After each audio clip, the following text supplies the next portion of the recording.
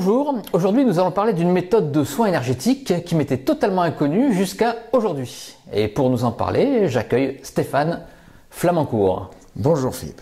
Alors Stéphane, quels sont les principes de cette méthode que l'on appelle le corps miroir? Alors c'est une technique de soins énergétiques qui a été créée par quelqu'un qui s'appelle Martin Brovman, qui a eu il y a quelques années un cancer et le diagnostic était fatal au bout d'un mois.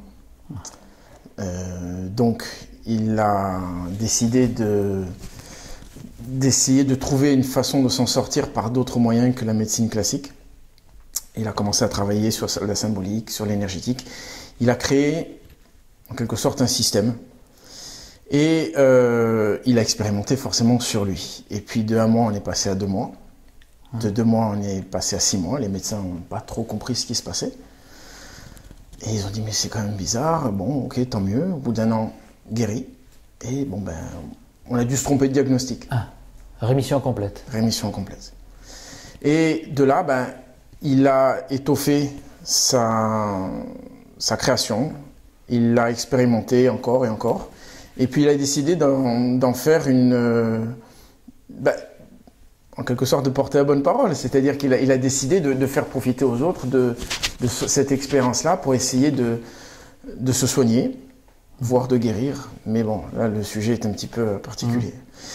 Et du coup, on va dire cette technique de soin, pour ne choquer personne, est applicable à partir d'un stage que l'on peut faire qui va durer 4 jours. En intensif, c'est-à-dire qu'on fait un petit groupe avec quelqu'un qui enseigne et on va être entre 6 et 12 personnes en moyenne et on travaille sur la méditation, sur qu'est-ce que c'est que l'énergie, comment on s'en sert, comment on peut l'employer pour soi, pour les autres et tout ça autour du travail. Le travail se fait beaucoup autour des chakras, donc les 7 chakras qui sont connus je pense de tout le monde et à travers la personne qui donne le soin, on propose à la personne qui le reçoit de soigner un mal ou des maux avec son accord. Et plus la personne est réceptive, mieux ça se passe, plus c'est facile et puis il y a de résultats. Mais alors comment ça se passe? Est-ce que ça se passe par des massages, des prières? Quel est le principe vraiment? Alors le principe est tout simple, c'est que d'ailleurs on peut faire tout à fait le parallèle entre le corps miroir et le Reiki. Le Reiki japonais, c'est très structuré, il y a des symboles au lieu et place des chakras. C'est à mon sens, en tout cas de ce que j'en connais, assez carré. Moi ça ne me correspond pas. Ce qui me plaît dans le corps miroir, c'est qu'on peut se l'approprier. Et donc il y a pratiquement pas de contact, si ce n'est les mains que l'on va positionner au-dessus du corps. On va effleurer. Bon, on a les yeux fermés, il peut arriver qu'à un moment on effleure la personne, mais c'est pas le but. Et moi je préfère travailler assis parce que c'est beaucoup plus pratique. On peut aussi travailler allongé. Il y a des gens qui le font à distance. Moi je le fais pas parce que j'aime bien avoir le contact humain. Voilà, voir la personne. Je sais pas, je préfère cette approche-là. Ça me paraît plus humain, plus personnel. Et donc, le soin en lui-même, que ce soit l'explication, on va dire le briefing, le soin et le débriefing peuvent durer de 1h30 à 3 heures. Enfin, ça dépend ce que l'on a à dire, comment réagit la personne, si elle est curieuse, ce qui s'est passé, parce que tout peut arriver. Est-ce que la personne qui reçoit le soin, imaginons qu'elle n'y croit pas, est-ce qu'elle peut quand même être guérie? Je ne sais pas, le mot, peut-être pas l'utiliser, mais est-ce qu'elle peut recevoir quelque chose? Est-ce qu'elle peut recevoir quelque chose et qui lui fasse du bien? Si elle n'y croit pas, parce que est-ce que c'est pas une sorte d'auto-guérison parce qu'on se convainc simplement comme un effet placebo, voilà. C'est tout à fait possible, mais l'idée c'est que c'est déjà la personne si elle guérit, vient vous voir en disant écoutez, j'y crois pas mais j'aimerais bien essayer. Elle n'est pas dans la même disposition que quelqu'un. D'ailleurs, le principe, c'est de proposer, que nous proposions à la personne, tiens, est-ce que vous voudriez que je vous fasse un soin énergétique, vous êtes fatigué, peut-être pour vous réénergiser. Si la personne dit oui, est-ce que c'est un oui complet? Est-ce que c'est un oui partiel ou total? À partir du moment où la personne donne son accord, de toute façon, elle va recevoir quelque chose. Absolument. Et je me force, moi, toujours d'expliquer à la personne que si, en fait, nous, les soignants, enfin, le terme oui, le mot soigner. D'ailleurs, il y a un problème avec la médecine, là, avec ça. Ah oui, avec la médecine traditionnelle. Comment vous gérez ça? Est-ce que vous dites aux patients, attention, je ne vous soigne pas, je vous fais un soin? Est-ce que c'est comme ça que le discours est obligé de circuler? Alors, déjà, je dis, si la personne a un traitement médical classique, je lui dis surtout, n'arrêtez pas, continuez. Je veux dire, on ne se substitue pas à la médecine, c'est ni mieux ni moins bien, c'est autre chose. C'est un complément. C'est ce que la personne en fera. D'accord. C'est-à-dire qu'il y a une ouverture, le champ est ouvert à tous les possibles, et c'est la personne qui en fera ce qu'elle décide. Rien, quelque chose ou tout. Et surtout, il n'y a pas cette notion de je vais vous guérir, parce que moi je ne suis qu'un canal. Ouais. Et on va imaginer. Alors, la première fois que je l'ai fait sans connaître tout ça, j'ai utilisé ma propre énergie. C'est une erreur. Et dans cette formation-là au corps miroir, on apprend à capter l'énergie ambiante et la canaliser et, entre guillemets, l'envoyer dans et sur la personne, ou en faire profiter à la personne. Alors cette énergie-là, c'est un peu comme dans le Reiki, on demande que l'énergie du Reiki entre en nous. Est-ce que c'est la même chose? Mais là, c'est l'énergie que les Japonais appellent le Reiki, mais c'est vraiment une énergie qui est palpable dans l'univers, ou est-ce que c'est... Il y en a qui disent que c'est des guides ou des défunts qui aident à la guérison, comme faisait Edgar Cayce, pardon. Quelle est cette énergie? Qu'est-ce que c'est? Voilà. Alors, les Japonais l'appellent le Ki, les Chinois l'appellent le Chi. Nous, on va dire communément l'énergie. Ben, l'énergie, c'est tout. C'est-à-dire que si on part du principe de l'atome avec le noyau et les électrons qui tournent autour, qu'est-ce qui fait tourner les électrons autour du noyau? L'énergie. Tout ça, c'est l'énergie. Est-ce que la matière, par exemple, si vous vous nourrissez, cette nourriture, qu'elle soit solide ou liquide, elle va produire de l'énergie. L'énergie, c'est une émotion, c'est un sentiment. Quand vous êtes triste, quand vous êtes heureux, il n'y a qu'à voir les effets que ça produit dans votre corps. Est-ce que vous allez rayonner dans un sens ou dans l'autre? On peut dire que tout est énergie. Ouais, quand on sait que 99,99% de la matière, c'est du vide, ouais. Ça fait tourner la tête. Ça fait tourner la tête et on se demande mais comment je le touche, comment je prends les choses. Ça dépasse un petit peu notre entendement. Et alors effectivement, si on arrive à capter cette énergie par la volonté, en fait, c'est une volonté de. Est-ce que vous avez une préparation d'ailleurs avant? Ouais, enfin moi, on a chacun nos rituels. Ouais. C'est déjà, on se prédispose parce que l'idée c'est d'être utile aux autres. Alors, la personne qui prodigue le soin, par quel moyen, c'est difficile à expliquer clairement, mais lui aussi profite de ce soin. D'accord. Pour l'expérience personnelle, pour l'expérience humaine, parce que certains vous diront, alors il y a différentes approches, on va dire qu'on est dans notre chemin de vie, donc si mon chemin de vie c'est d'aider les gens et d'essayer avec leur accord de les soigner, de les aider à avancer sur leur propre chemin, je suis à ma place, donc je reçois l'énergie. Après il y en a d'autres qui vont vous dire que puisqu'on capte l'énergie, on a une sorte je sais pas, une sorte d'entonnoir, d'antenne, ce que vous voulez, forcément on en récupère au passage. Le problème qu'il y a, c'est que l'ego ou le mental peut gêner tout ça. En quoi l'ego peut être un frein à votre pratique? Tout simplement, si moi-même je vais arriver avec une idée en me disant telle personne a telle maladie, on la soigne comme ça, ou il doit avoir tel et tel symptôme, ou ça doit avoir telle et telle cause, si je plaque quelque chose que je crois savoir sur la problématique de la personne, je mets à côté. C'est-à-dire que si j'arrive avec des concepts, des idées, au lieu d'être ouvert et de dire on verra ce qu'on trouve et ce que la personne me laisse percevoir, tout est possible. Et de la même manière, si la personne, son ego aussi peut être un frein, pas une barrière parce que j'aime pas le terme, plutôt un frein. Elle va dire alors est-ce qu'il faut que je respire, qu'est-ce qu'il faut que je fasse, qu'est-ce qu'il faut que je fasse pas. Si on se pose trop de questions, évidemment, on n'est pas dans l'instant présent, il n'y a pas quelque chose de bien à faire ou quelque chose de mal à faire. C'est simplement être là et être, si possible, dans un état d'accueil Maximale, optimale, oui. Est-ce qu'il faut être dans l'envie de faire plaisir, dans la compassion, est-ce que c'est tout ça qui fait qu'on arrive à être canal oui. et faire le soin? Oui, c'est-à-dire que la compassion dans le sens amour universel, c'est-à-dire sans attente surtout.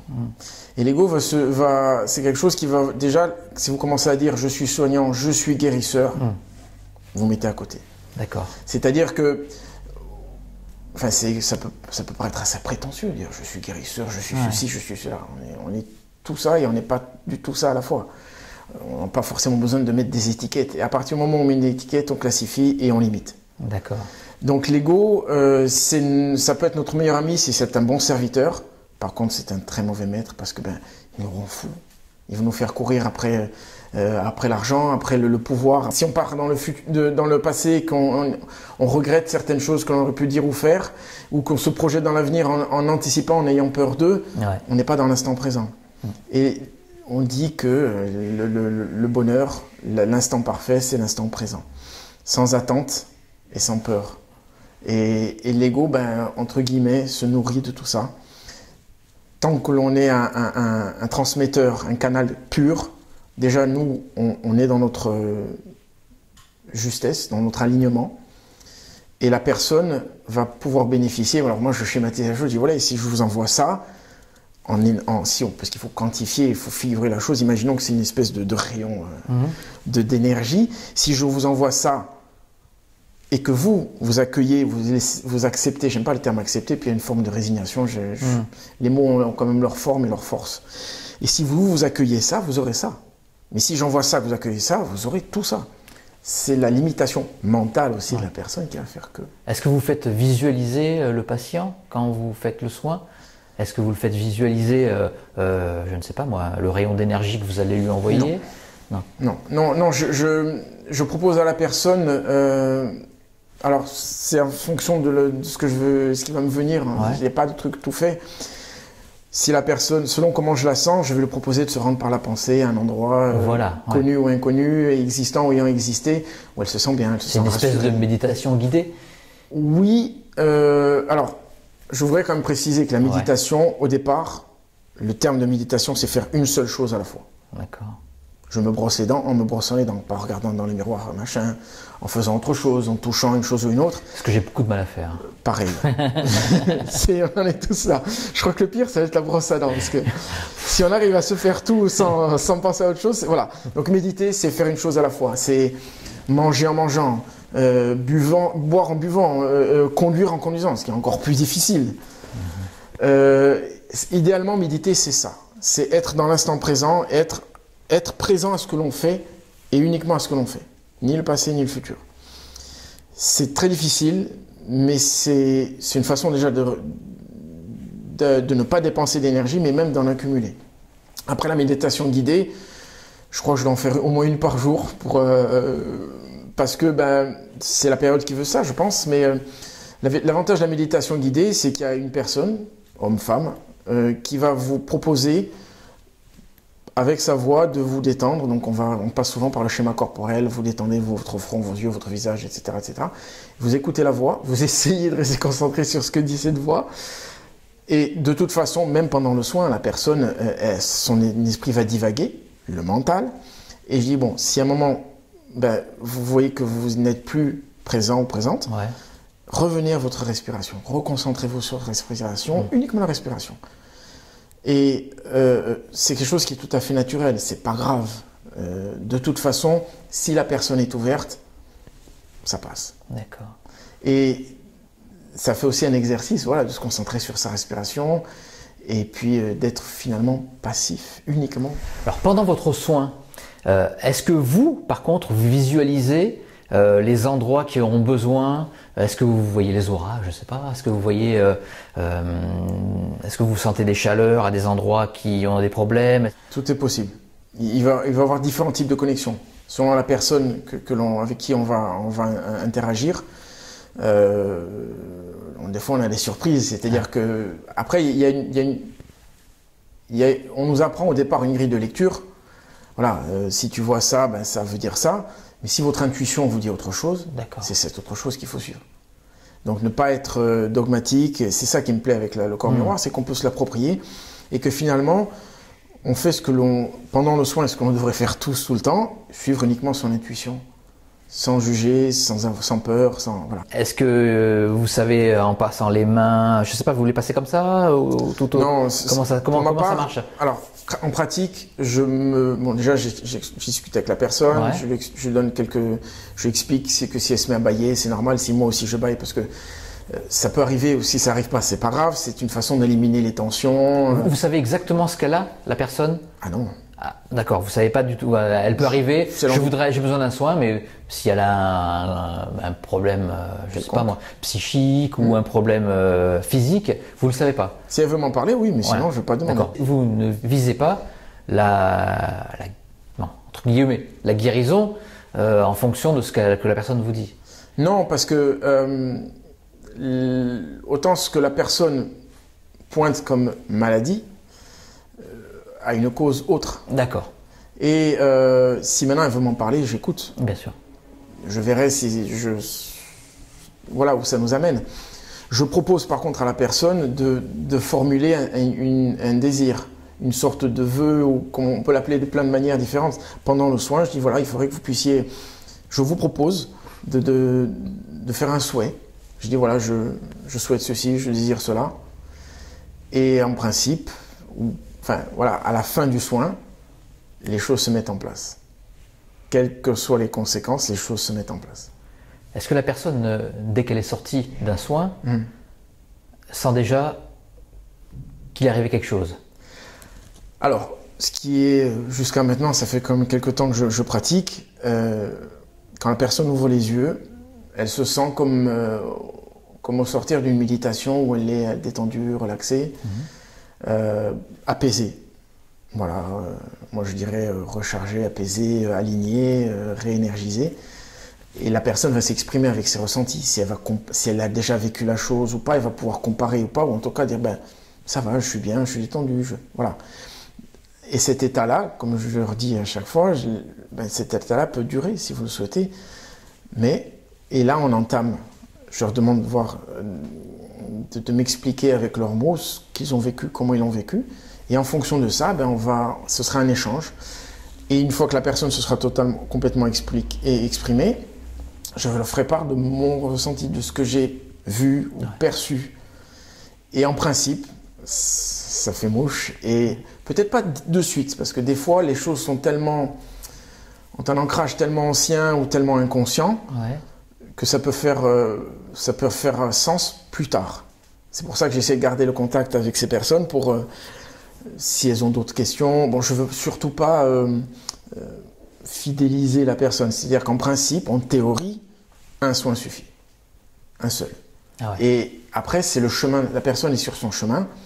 Et si on est tous en quête, on est sur le chemin, et puis on peut se tromper, c'est comme ça qu'on apprend, et puis on avance plus ou moins en tâtonnant.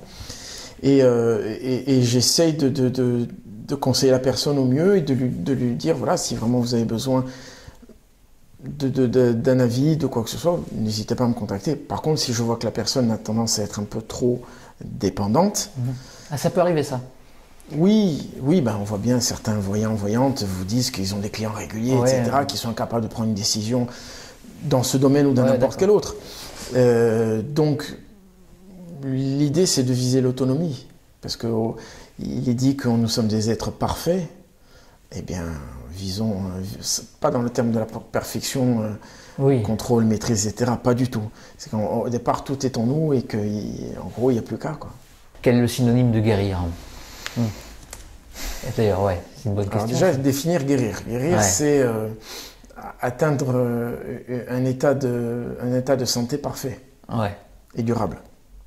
Parce que je remarque quand même que quelque chose d'aussi simple que le rhume, on n'a jamais guéri. On le soigne, on ne sait pas le guérir. Pourtant, c'est simple, le rhume. Mais voilà, alors je ne parle même pas du diabète et du reste. Mais voilà, qu'est-ce que guérir? J'ai eu des expériences avec certaines personnes qui étaient assez étonnantes. Ah bon, racontez alors. Si vous voulez. Ah oui, bien sûr. Il y a quelques années, j'ai fait la connaissance d'une jeune fille qui me dit, voilà, Elle s'intéressait à l'énergie, à tout ce qui est paramédical, on va dire. Je ne sais pas si le terme est juste.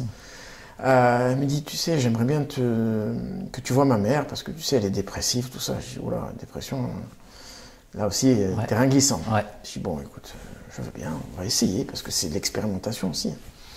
J'arrive chez la dame, une ambiance un peu lourde à la maison. Bon, elle était ouverte à ça, donc déjà, a priori, tous les voyants sont ouverts. On fait le soin, elle ouvre les yeux, et puis je dis, ça va, oui, je me sens détendu, ça va bien. Je lui dis merci, au revoir, je m'en vais. 2 jours après, elle me rappelle, elle me dit, plus du tout la même voix, plus la même énergie. Et c'est quelqu'un qui, elle me l'a dit à cette occasion, était dépressif depuis 15 ans, traitement, psychothérapie, etc. Quand j'ai su ça, enfin non, elle ne me l'a pas dit après, elle m'a dit juste avant, au moment où on se voit, elle me dit, voilà, j'ai un traitement, etc. Je dis, surtout, n'arrêtez rien. Continuez ce que vous faites. Je ne suis pas médecin, hein, loin de là. Mais voilà, et donc on fait le soin, elle me rappelle, oh, c'est génial, je suis comme avant, elle s'est fait une teinture, machin. Son mari, il me dit, écoutez, par sa voix, elle, j'ai retrouvé ma femme, tout va pour le mieux, le fils qui allait pas trop bien, ça va mieux. Et il y a eu une espèce elle s'est trouvée mieux, et tout son environnement s'est trouvé mieux. Voilà. Elle a retrouvé tout son groupe et elle a énergisé tout le monde pour que tout le monde aille dans le même sens et se retrouve. Parce qu'elle allait bien, elle. Ouais. Souvent, je dis aux gens, vous savez, la personne centrale dans votre vie, c'est pas votre fils, c'est pas vos enfants, c'est pas votre mari, c'est vous. Parce que la personne qui est en souffrance, c'est vous. Si vous allez bien, c'est vous qui en bénéficiez. Quand on aime quelqu'un, on souhaite que la personne soit bien. Souvent, on a tendance... J'ai remarqué que la plupart des gens, qui sont en souffrance, c'est parce qu'ils se vident, entre guillemets, au profit des autres. Et qu'ils se préoccupent plus du bonheur des autres, sans penser au leur. C'est un peu comme un verre qui se viderait, mais au moment, quand il n'y a plus rien à vider, comment on fait? D'ailleurs, à ce propos-là, est-ce que ça vous fatigue une séance, même si ça vous fait du bien, vous m'avez dit, est-ce que vous vous sentez épuisé à la fin? Est-ce que... Non. Non, parce qu'en fait, comme je l'ai dit la première fois, je l'avais expérimenté sans savoir, je m'étais vidé. Mais là, comme je capte l'énergie ambiante, ce n'est pas mon énergie. Je voudrais quand même parler aussi d'une chose qui est importante, parce que ce soit les kinés, les ostéopathes, enfin peut-être plus les ostéopathes, toutes ces personnes qui ont un contact avec les personnes qui sont en souffrance, ou qui font les soins énergétiques quels qu'ils sont, il leur arrive de prendre, entre guillemets, la souffrance de la personne. Ouais. Et chacun, chacun a sa méthode. Il y a ceux qui vont faire une prière, qui vont se laver les mains. J'ai connu un ostéopathe qui imaginait des boules de lumière sur ses mains pour s'isoler, entre guillemets, de la personne. J'ai déjà entendu ça. Ben moi, je fais rien du tout. Parce que j'en veux pas. Ça ne m'appartient pas, donc je n'en veux pas. Bon, on vient de trouver un synonyme de guérir.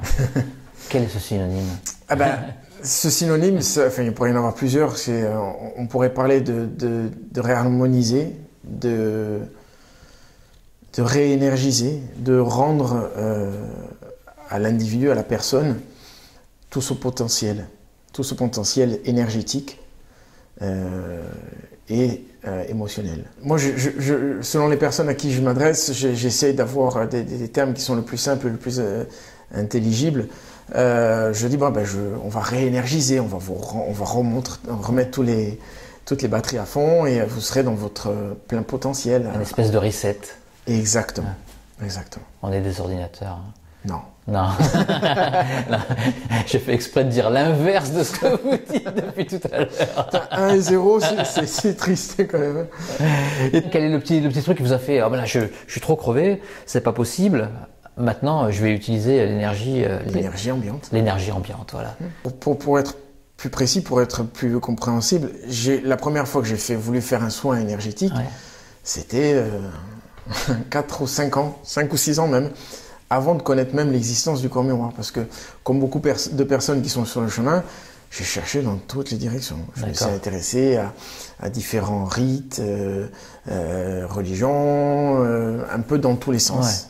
Vraiment dans tous les sens, jusqu'à ce que je fasse une rencontre. Et avant ça, j'avais fait une fois sur quelqu'un qui était avec qui j'étais à l'époque. Ça lui avait été bénéfique, mais j'étais mort. Et j'étais fatigué. Et plusieurs années après, on m'a parlé justement de ce travail sur l'énergie, de ces formations au corps miroir, et j'ai appris pendant ces formations-là, ces stages, à capter l'énergie, à ne plus utiliser ma propre énergie. Voilà, donc c'est la pratique du corps miroir qui a fait que vous n'utilisez plus votre propre énergie. Bon, on peut pratiquement tout réharmoniser avec, j'allais dire le Reiki, mais non, avec le corps miroir. Si la personne le souhaite. Autant la problématique de la personne se réenclenche dès que le soin est terminé. Est-ce que des problèmes physiques peuvent être réharmonisés? Enfin, ouais. La réponse est oui. Parce que dans la formation que nous avons, on fait ce qu'on appelle les formes pensées. Les formes pensées, c'est... on propose aux personnes de retirer une douleur, quelle qu'elle soit. En lui demandant d'employer avec des termes simples. Par exemple, on va dire quelqu'un qui dit « j'ai mal à la tête », ok. Et souvent, on emploie une expression imagée en disant « mais j'ai mal à la tête, c'est comme si j'avais la tête dans un étau ». Avec ce type d'éléments-là, on demande à la personne de respirer, de fermer les yeux, de se relaxer, et on va retirer cet étau qui, dans l'esprit de la personne, est présent, existe. Et en principe, en une fois ou en plusieurs fois, la douleur disparaît. Mais l'idée, c'est pas de s'attaquer à la conséquence, c'est de s'attaquer à la cause. D'où ça vient? Est-ce que c'est quelqu'un, pour prendre l'exemple du mal de tête, est-ce que c'est quelqu'un qui va souvent dire bah, je me prends la tête, j'ai mal à la tête, ça me prend la tête? Quelque chose qui, dans son vocabulaire, dans sa façon de focaliser son attention, va être peut-être sur la tête. Après, il y a une grille de lecture du corps qui, par exemple, tout ce qui touche au dos, en principe, c'est le passé.